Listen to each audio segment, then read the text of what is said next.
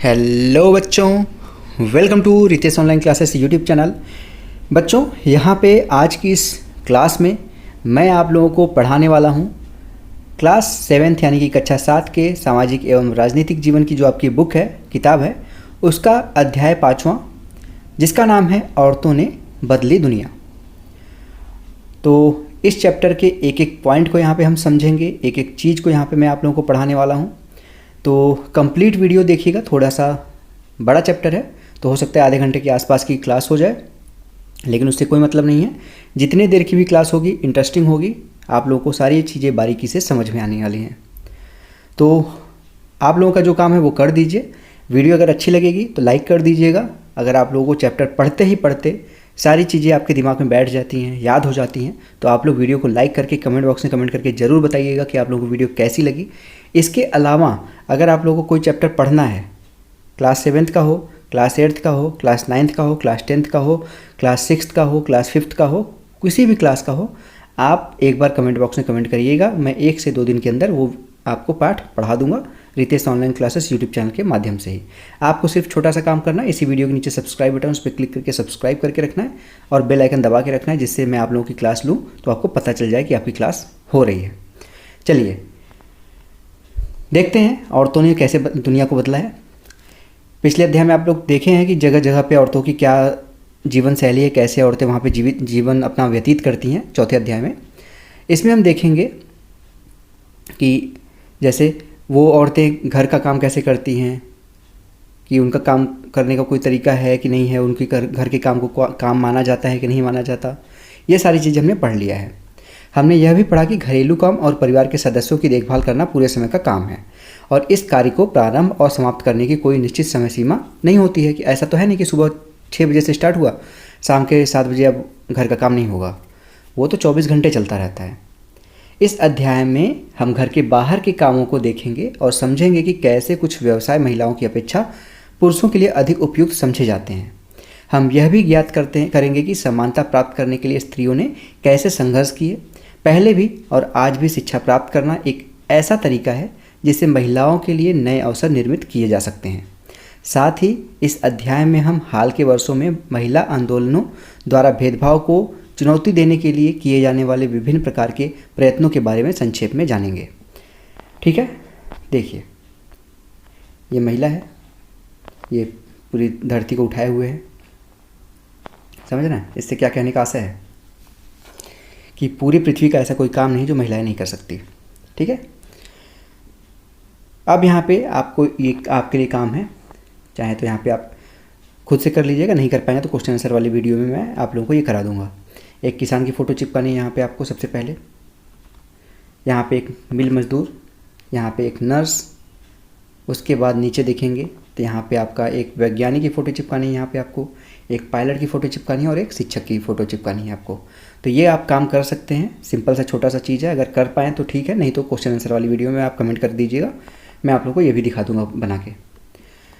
ठीक है, अब यहाँ पे चलिए, अब आपकी कक्षा द्वारा बनाए गए चित्रों को देखने के लिए नीचे की तालिका को भरिए। देखिए शिक्षक है, आप बताइए कि वो पुरुष है या महिला का चित्र है। तो आप कहेंगे ज़्यादातर चांसेज होता है कि शिक्षक जो होते हैं महिलाओं के रूप में जाना जाता है। किसान वहाँ पे पुरुषों के लिए होगा, मिल मजदूर पुरुषों के लिए होगा, नर्स जैसे आएगा नाम आप तुरंत वहाँ पे महिलाओं का चित्र बना देंगे, वैज्ञानिक और पायलट दोनों में आप पुरुषों का चित्र बनाएंगे। ठीक है, तो ऐसा क्यों करते हैं? क्योंकि वहाँ पे ऐसी रूढ़िवादिता बना दी गई है, आपके बहुत सालों पहले से चला आ रहा है ऐसे कि हाँ ये काम सिर्फ पुरुष कर सकते हैं या फिर ये काम सिर्फ महिलाएं कर सकती हैं।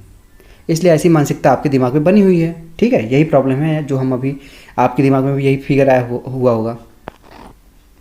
यहाँ पे देखिए कुछ महिलाएं हैं खेती में, यहाँ पे भुट्टे को तोड़ रही हैं, बाल जिसको कहते हैं इधर की लैंग्वेज में, मक्का कहते हैं कहीं कहीं पे।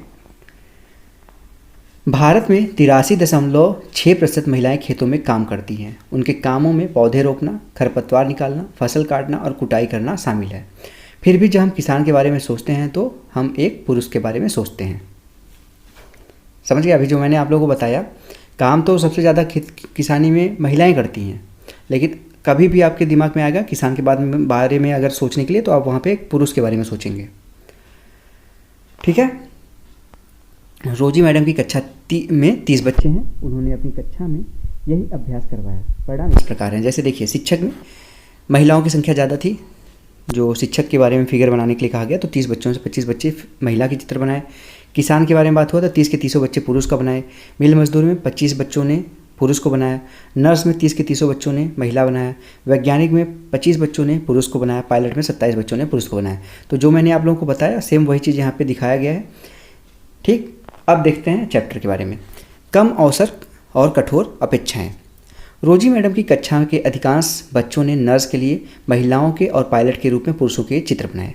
ऐसा उन्होंने इस कारण किया कि उन्हें लगता है कि घर के बाहर भी महिलाएं कुछ खास तरह से के काम ही अच्छी तरह से कर सकती हैं। उदाहरण के लिए बहुत से लोग मानते हैं कि महिलाएं अच्छी नर्स हो सकती हैं क्योंकि वे अधिक सहनशील और विनम्र होती हैं।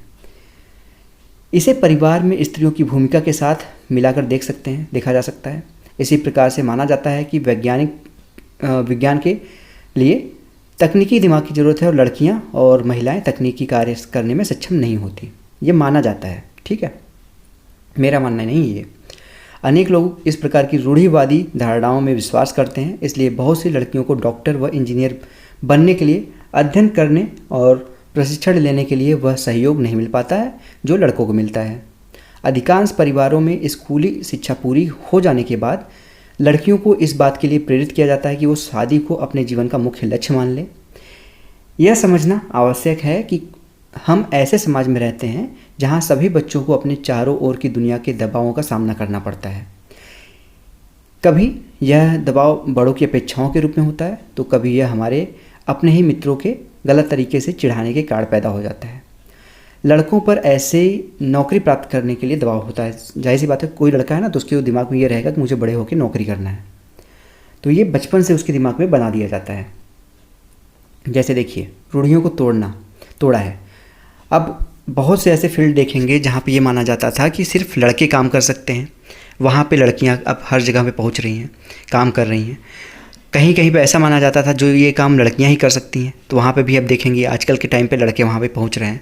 तो ये रूढ़ियों को तोड़ना है। रेल का इंजन आदमी चलाते हैं, पर झारखंड के एक गरीब आदिवासी परिवार की 27 वर्षीय महिला लक्ष्मी लाकरा ने इस धारा का रुख बदल दिया है। उत्तरी रेलवे की वह पहली महिला इंजन चालक हैं। सोच लीजिए, इस समय की ये बात है। लक्ष्मी के माता पिता पढ़े लिखे नहीं हैं, पर उन्होंने अपने बच्चों को पढ़ाने के लिए बहुत संघर्ष किया। लक्ष्मी की शिक्षा एक सरकारी स्कूल में हुई।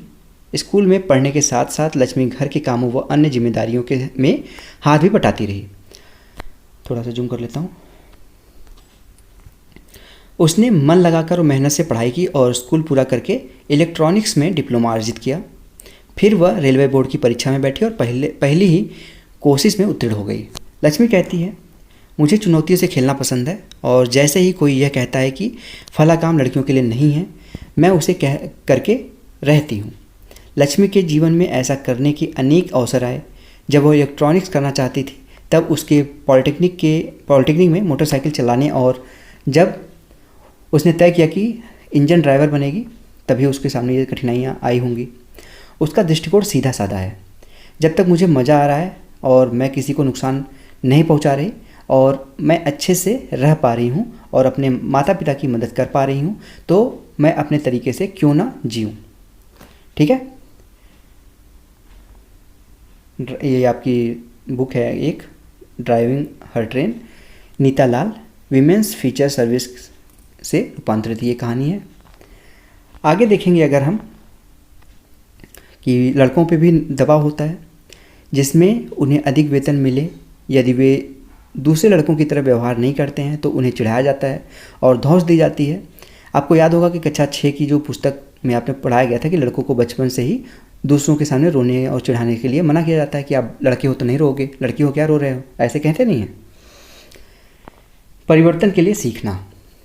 स्कूल जाना आपके जीवन का बहुत महत्वपूर्ण हिस्सा है। जैसे जैसे स्कूलों में हर साल अधिकाधिक संख्या में बच्चे प्रवेश ले रहे हैं, हम सोचने लगे हैं कि बच्चों के लिए स्कूल जाना एक साधारण बात है। आज हमारे लिए ये कल्पना करना भी कठिन है कि कुछ बच्चों के आगे यहाँ पे बताएंगे, पहले ये कहानी देख लेते हैं। जेवियर अपना कक्षा यहाँ पे 10वीं बोर्ड का परीक्षाफल देखकर खुश था। यद्यपि विज्ञान और गणित में उसे बहुत अधिक अंक नहीं मिले थे, लेकिन अपने पसंदीदा विषय इतिहास और भाषाओं में उसने अच्छा किया था। जब उसके माता पिता ने परिणाम देखा तो वो कुछ खुश नहीं हुए। देखिए, हे भगवान जेवियर, गणित में तुम सिर्फ 65% लाए हो, भौतिक शास्त्र में भी तुम्हारे अंक बहुत कम हैं। मुझे पता है माँ, पर कोई बात नहीं, क्योंकि मैं गणित और विज्ञान पढ़ना भी नहीं चाहता हूँ, मैं इतिहास पढ़ना चाहता हूँ। ठीक है, ये माता पिता हैं इनके, जेवियर के। ये माता है, ये पिताजी हैं और ये जेवियर है।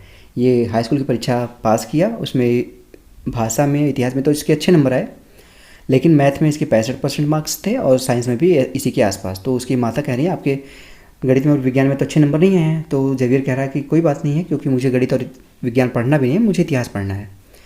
फिर उसके देखिए यहाँ पे बात हो रही है राइट साइड में पिता से उसके,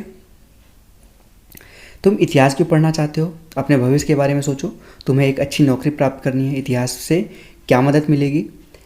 इसमें कोई भविष्य नहीं है। तो लड़का कहता है, पर मुझे गणित और विज्ञान अच्छा नहीं लगता। समझदारी से काम लो बेटे, गणित ले लो और साथ साथ कंप्यूटर भी सीख लेना। कंप्यूटर सीखने से नौकरी आसानी से मिल जाती है। ये अवधारणाएँ आपकी आज से 10 साल पहले की हैं, अभी भी आपके घरों में सुनने को मिल जाता होगा। अब उसके आगे पढ़ते हैं। स्कूल जाना यहाँ पे के लिए स्कूल जाना पड़ता है अच्छी नौकरी के लिए, पढ़ाई के लिए। पहुँच के बाहर की बात या अनुचित बात भी मानी जा सकती है, परंतु अतीत में लिखना और पढ़ना कुछ लोग ही जानते थे। अधिकांश बच्चे वही काम सीखते थे जो उनके परिवार में होता था या उनके बुजुर्ग करते थे। लड़कियों की स्थिति और भी खराब थी। उन समाजों में जहाँ लड़कों को पढ़ना लिखना सिखाया जाता था, लड़कियों को अक्षर तक सीखने की अनुमति नहीं थी।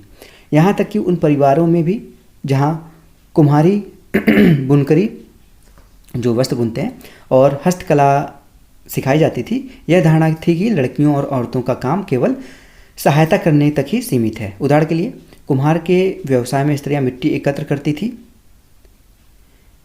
और बर्तन बनाने के लिए उसे तैयार करती थी। क्योंकि वे चाक नहीं चलाती थी, इसलिए उन्हें कुम्हार नहीं माना जाता था। 19वीं शताब्दी में, लगभग 200 वर्ष पूर्व आज से पहले, शिक्षा के बारे में कई नए विचारों ने जन्म लिया। विद्यालय अधिक प्रचलन में आ गए और वे समाज जिन्होंने स्वयं कभी पढ़ना लिखना नहीं सीखा था, अपने बच्चों को स्कूल भेजने लगे। तब भी लड़कियों की शिक्षा को लेकर बहुत विरोध हुआ। इसके बावजूद बहुत सी स्त्रियों और पुरुषों ने बालिकाओं के लिए स्कूल खोलने के प्रयत्न किए। स्त्रियों ने पढ़ना लिखना सीखने के लिए संघर्ष किया। आइए हम राजसुंदरी देवी 1800 से 1890 का अनुभव पढ़ें, जो 200 वर्ष पूर्व पश्चिमी बंगाल में पैदा हुई थी। 60 वर्ष की अवस्था में उन्होंने बांग्ला भाषा में अपनी आत्मकथा लिखी। उनकी पुस्तक आगे पढ़ेंगे, पहले रमाबाई जी को देख लीजिए। यहाँ पे देखिए, ये अपनी बेटी के साथ महिला शिक्षा की ये योद्धा स्वयं कभी स्कूल नहीं गई, पर अपने माता पिता से उन्होंने पढ़ना लिखना सीख लिया। उन्हें पंडित की उपाधि दी गई क्योंकि वे संस्कृत पढ़ना लिखना जानती थी, जो उस समय की औरतों के लिए बहुत बड़ी उपलब्धि थी। औरतों को तब यह ज्ञान अर्जित करने की अनुमति नहीं थी। उन्होंने 1898 में पुणे के पास खेड़ गांव में एक मिशन स्थापित किया, जहां विधवा स्त्रियों और गरीब औरतों को पढ़ने लिखने तथा स्वतंत्र होने की शिक्षा दी जाती थी। उन्हें लकड़ी से चीज़ें बनाने, लड़की मैं बोल रहा हूँ, उन्हें लकड़ी से चीज़ें बनाने, छापाखाना चलाने जैसी कुशलताएं भी सिखाई जाती थी, जो वर्तमान में भी लड़कियों को कम ही सिखाई जाती हैं। ऊपर बाएं हाथ की तरफ छपी तस्वीर में उनका छापाखाना दिख रहा है। रमाबाई का मिशन आज भी सक्रिय, देखिए छापाखाना, यहाँ पे छपाई का काम होता था। ठीक, अब यहाँ पे हम राजसुंदरी देवी की देखते हैं कहानी आगे। अमार जीबोन किसी भारतीय महिला द्वारा लिखित अपनी आत्मकथा है। आत्मकथा का क्या नाम है इनके? अमार जीबोन, यानी कि मेरा जीवन। राजसुंदरी देवी एक धनवान जमींदार परिवार की गृहिणी थी। उस समय लोगों का विश्वास था कि यदि लड़कियां लिखती पढ़ती हैं तो वह पति के लिए दुर्भाग्य लाती हैं और विधवा हो जाती हैं। इसके बावजूद उन्होंने अपनी शादी के बहुत समय बाद स्वयं ही छुप छुपाकर पढ़ना लिखना सीखा। मैं अत्यंत सवेरे ही काम करना शुरू कर देती थी, और ये वो बता रही हैं, मैं अत्यंत सवेरे ही यह काम करना शुरू कर देती थी और उधर आधी रात हो जाने के बाद भी काम में लगी रहती थी। बीच में भी विश्राम नहीं होता। उस समय मैं केवल 14 वर्ष की थी। मेरे मन में एक अभिलाषा पनपने लगी। मैं पढ़ना सीखूंगी और एक धार्मिक पांडुलिपि लिखूंगी। मैं अभागी थी। उन दिनों स्त्रियों को नहीं पढ़ाया जाता था। बाद में मैं स्वयं ही अपने विचारों का विरोध करने लगी। मुझे क्या हो गया है, स्त्रियाँ पढ़ती नहीं हैं, फिर मैं कैसे पढ़ूंगी। फिर मुझे एक स्वप्न आया। मैं चैतन्य भागवत, एक संत का जीवन पढ़ रही थी। रुकैया सखावत हुसैन और लेडी लैंड का उनका सपना, ये कहानी है रुकैया सखावत हुसैन जी की, इसको पढ़ लीजिएगा आप लोग। अब आगे यहाँ पे इनकी कहानी पढ़ते हैं। जब वो कहानी पढ़ रही थी तो बाद में दिन के समय जब मैं रसोई में बैठी हुई भोजन बना रही थी, मैंने अपने पति को सबसे बड़े बेटे से कहते हुए सुना, विपिन, मैंने अपनी चैतन्य भागवत यहाँ छोड़ी है। जब मैं इसे मंगाऊँ तुम इसे अंदर ले आना। वे पुस्तक वहीं छोड़ कर चले गए। जब पुस्तक अंदर रख दी गई, मैंने चुपके से उसका एक पन्ना निकाल लिया और सावधानी से उसे छुपा लिया। उसे छुपाना भी एक बड़ा काम था, क्योंकि किसी को भी वह मेरे हाथ में नहीं दिखाई देना चाहिए था। मेरा सबसे बड़ा बेटा उस समय ताड़ के पत्तों पर लिखकर अक्षर बनाने का अभ्यास कर रहा था। उसमें से भी मैंने एक छिपा लिया, ताड़ का पत्ता। जब मौका मिला मैं जाती और उस पन्ने में के अक्षरों का मिलान अपने याद के लिए अक्षरों से करती। मैंने उन शब्दों का भी मिलान करने की कोशिश की जो मैंने दिन भर में सुनी हुई रहती थी। अत्यधिक जतन और कोशिशों से एक लंबे समय के बाद मैं पढ़ना सीख सकी। सोचिए कितना ज़्यादा वहाँ पे उस समय पढ़ने लिखने के लिए पाबंदियाँ लगी थी। राजसुंदरी देवी के अक्षर ज्ञान ने उन्हें चैतन्य भागवत पढ़ने का अवसर दिया। स्वयं अपने लेखन से उन्होंने संसार को उस समय की स्त्रियों के जीवन के बारे में जानने का एक अवसर दिया। राजसुंदरी देवी ने अपने दैनंदिन यानी कि जो दिन का वो कार्य था, जीवन के अनुभवों को विस्तार से लिखा। ऐसे भी दिन होते थे जब उन्हें दिन भर में क्षण भर भी विश्राम नहीं मिलता, इतना समय भी नहीं कि वे जरा बैठकर कुछ खा लें। आज के समय से सोचिए, कंपेयर करिए उस समय को। आप कितनी ज़्यादा यहाँ पे आप लोगों को सुविधाएं मिलती हैं, फिर भी आप लोग नहीं पढ़ते। वर्तमान समय में शिक्षा और विद्यालय।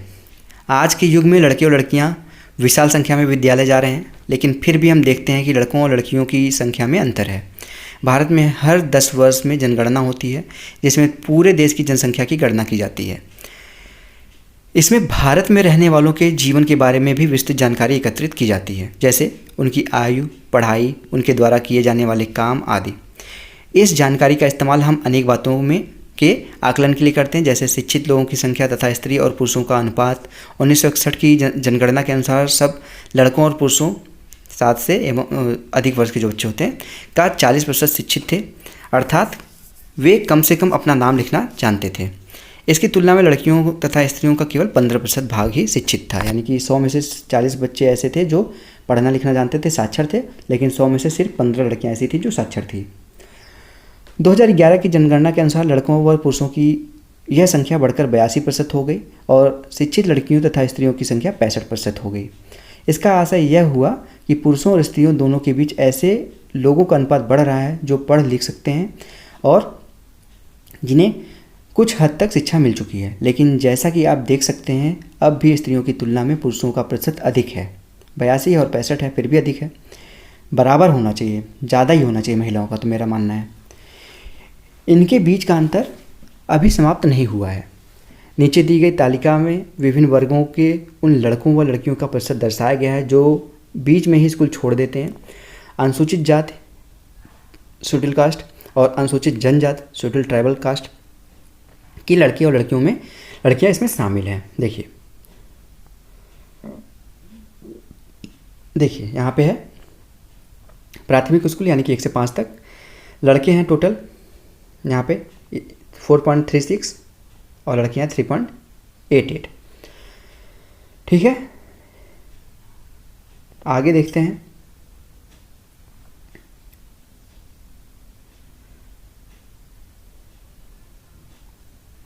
यहाँ पे टोटल देखेंगे कि हर जगह पे आपको देखिए, हर जगह आपको लड़कों की संख्या हर जगह आपको ज़्यादा देखने को मिलेगी। इसको मैं क्वेश्चन आंसर वाले में कराऊंगा, आपको सारा चीज़ यहाँ पे परसेंटेज बताऊंगा। ठीक है, आगे देखते हैं।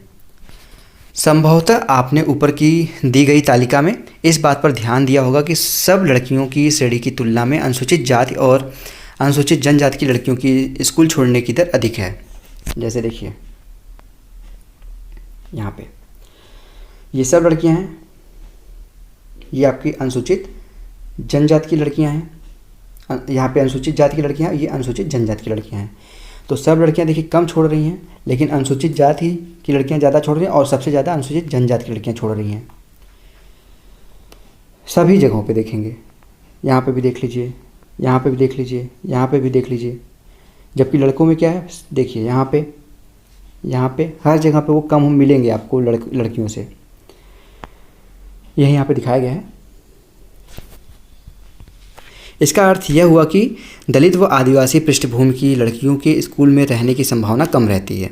वर्ष 2011 की जनगणना से यह पता चला है कि अनुसूचित जाति और अनुसूचित जनजाति की लड़कियों की अपेक्षा मुस्लिम लड़कियों की प्राथमिक शिक्षा पूरी करने की संभावना और भी कम रहती है। मुस्लिम लड़कियां स्कूल में लगभग 3 वर्ष रह पाती हैं, जबकि अन्य समुदायों की लड़कियां स्कूल में कम से कम 4 वर्ष समय बिताती हैं। यानी कि शिक्षा की जो गुणवत्ता है मुस्लिम समाज में और भी कम है। दलित, आदिवासी और मुस्लिम वर्ग के बच्चों के स्कूल छोड़ देने के अनेक कारण हैं। देश के अनेक भागों में, विशेषकर ग्रामीण और गरीब क्षेत्रों में नियमित रूप से पढ़ाने के लिए न उचित स्कूल है, न ही शिक्षक। यदि विद्यालय घर के पास न हो तो लाने ले जाने के लिए किसी साधन जैसे बस या वैन आदि की सुविधा यहाँ पे आदि की व्यवस्था न हो तो अभिभावक लड़कियों को स्कूल नहीं भेजना चाहते। कुछ परिवार अत्यंत निर्धन होते हैं और अपने सब बच्चों को पढ़ाने का खर्च नहीं उठा पाते हैं। ऐसी स्थिति में लड़कों को प्राथमिकता मिल सकती है। बहुत से बच्चे इसलिए भी स्कूल छोड़ देते हैं क्योंकि उनके साथ उनके शिक्षक और सहपाठी भेदभाव करते हैं। अब यहाँ पे देखिए 2014 में आपका एक कार्यक्रम स्टार्ट किया गया था, बेटी बचाओ बेटी पढ़ाओ। ठीक है, 2014 से शुरू हुई बेटी बचाओ बेटी पढ़ाओ अभियान में के बारे में पता करें। अब यहाँ पे देखिए ये जो बार ग्राफ दिया गया यहाँ पे प्रतिशत का लड़के लड़कियों का, यहाँ पे आपको दिखा रहा है यहाँ पे कि कितने लड़के, सभी लड़के हैं और कितने अनुसूचित जाति और जनजाति के लड़के छोड़ते हैं विद्यालय। अब यहाँ पे हम देखेंगे महिला आंदोलनों के बारे में। जब महिलाओं और लड़कियों को पढ़ने का और स्कूल जाने का अधिकार है, अन्य क्षेत्र भी हैं जैसे कानून सुधार, हिंसा और स्वास्थ्य, जहाँ लड़कियों और महिलाओं की स्थिति बेहतर हुई है। ये परिवर्तन अपने आप नहीं आए हैं। औरतों ने व्यक्तिगत स्तर पर और आपस में मिलकर इन परिवर्तनों के लिए संघर्ष किए हैं। इन संघर्षों को महिला आंदोलन कहा जाता है। देश के विभिन्न भागों से कई औरतें और कई महिला संगठन इस आंदोलन के हिस्से हैं। कई पुरुष भी महिला आंदोलनों का समर्थन करते हैं। इस आंदोलन में जुटे लोगों की मेहनत, निष्ठा और उनकी विशेषताएं इसे एक बहुत ही जीवंत आंदोलन बनाती हैं। इसमें चेतना जागृत करने, भेदभाव का मुकाबला करने तथा न्याय हासिल करने के लिए भिन्न भिन्न रणनीतियों का उपयोग किया गया है। इनकी कुछ झलकियाँ आप यहाँ देख सकते हैं। जैसे देखिए महिला आंदोलन कर रही हैं, यहाँ पे मीनार बना रही हैं। अभियान कौन कौन सा देखिए। भेदभाव और हिंसा के विरोध में अभियान चलाया गया महिला आंदोलन का एक महत्वपूर्ण हिस्सा है। अभियानों के फलस्वरूप नए कानून भी बने। सन 2006 में एक नया कानून बना जिससे घर के अंदर शारीरिक और मानसिक हिंसा को भोग रही औरतों को कानूनी सुरक्षा दी जा सके। इसी तरह महिला आंदोलनों के अभियानों के कारण 1997 में सर्वोच्च न्यायालय ने यानी कि सुप्रीम कोर्ट ने कार्य के स्थान पर और शैक्षणिक संस्थाओं में महिलाओं के साथ होने वाले यौन प्रताड़ना से उन्हें सुरक्षा प्रदान करने के लिए निर्देश जारी किया। एक और उदाहरण देखिए, 1980 के दशक में देश भर के महिला संगठनों ने दहेज हत्याओं के खिलाफ आवाज़ उठाई। नवविवाहित युवतियों को उनके पति और ससुराल के लोगों द्वारा दहेज के लालच में मौत के घाट उतार दिया जाता था। महिला संगठनों द्वारा इस बात की कड़ी आलोचना की गई कि कानून अपराधियों पर का कुछ नहीं कर पा रही है। इस मुद्दे पर महिलाएं सड़कों पर निकल आई। उन्होंने अदालत के दरवाजे खटखटाए और आपस में अनुभव व जानकारियों के आदान प्रदान किए। अतः यह समाज का एक बड़ा सार्वजनिक मुद्दा बन गया और अखबारों में यहाँ पे छाने लगा। दहेज से संबंधित कानून को यहाँ पे बदला गया ताकि दहेज मांगने वाले परिवारों को दंडित किया जा सके। जागरूकता बढ़ाया गया। औरतों के अधिकारों के संबंधों में समाज में जागरूकता बढ़ाना भी महिला आंदोलनों का एक प्रमुख कार्य है। गीतों, नुक्कड़ नाटकों व जनसभाओं के माध्यम से वह अपने संदेश लोगों तक पहुंचाना चाहते हैं। विरोध करना, जब महिलाओं के हितों का उल्लंघन होता है, जैसे किसी कानून अथवा नीति द्वारा, तो महिला आंदोलन ऐसे उल्लंघनों के खिलाफ आवाज़ उठाता है। लोगों का ध्यान खींचने के लिए रैलियां, प्रदर्शन आदि बहुत यहाँ पे असरकार तरीके हैं। बंधुत्व व्यक्त करना, न्याय के अन्य मुद्दों व औरतों के साथ बंधुत्व व्यक्त करना भी महिला आंदोलनों का एक हिस्सा है। 8 मार्च अंतर्राष्ट्रीय महिला दिवस को दुनिया भर की औरतें अपने संघर्षों को ताज़ा करने और जश्न मनाने के लिए इकट्ठा होती हैं। हर साल 14 अगस्त को यहाँ पे बाघा भारत और पाकिस्तान का जो बॉर्डर है, सीमा पर हज़ारों लोग इकट्ठा होते हैं और एक सांस्कृतिक कार्यक्रम आयोजित करते हैं। कब? 14 अगस्त को। ऊपर की तस्वीर में भारत और पाकिस्तान के लोगों के बीच बंधुत्व प्रदर्शित करने के लिए औरतें जलती हुई मोमबत्ती उठाती हैं। तो ये हो गया पूरा आज का चैप्टर कंप्लीट। आशा यही करता हूँ कि आप लोगों को आज का चैप्टर समझ में आया होगा कि इस चैप्टर के द्वारा लेखक यहाँ पे इस चैप्टर के माध्यम से आपको क्या समझाने की कोशिश कर रहा है, और इस चैप्टर में जो आंदोलनों के बारे में, महिलाओं के आंदोलनों के बारे में बताया गया है, आशा यही है कि आप लोगों को याद हो गया होगा। पूरी वीडियो देख चुके हैं तो आप प्लीज़ इस वीडियो को लाइक ज़रूर कर दीजिएगा, और अगर ऐसी ही वीडियो आप हर दिन देखना चाहते हैं तो Ritesh online classes YouTube channel को सब्सक्राइब करके बेल आइकन जरूर दबा लीजिए, जिससे आप लोगों की हेल्प के लिए कोई भी यहाँ पे एनसीईआरटी की क्लास 1 से क्लास 12 तक की वीडियोज़ अपलोड होती हैं तो उसके बारे में आपको बिल्कुल फ्री में पता चलता रहे। तो स्टूडेंट्स, मिलते हैं नेक्स्ट वीडियो में। तब तक के लिए आप सभी का बहुत बहुत धन्यवाद। जय हिंद, वंदे मातरम, राधे राधे।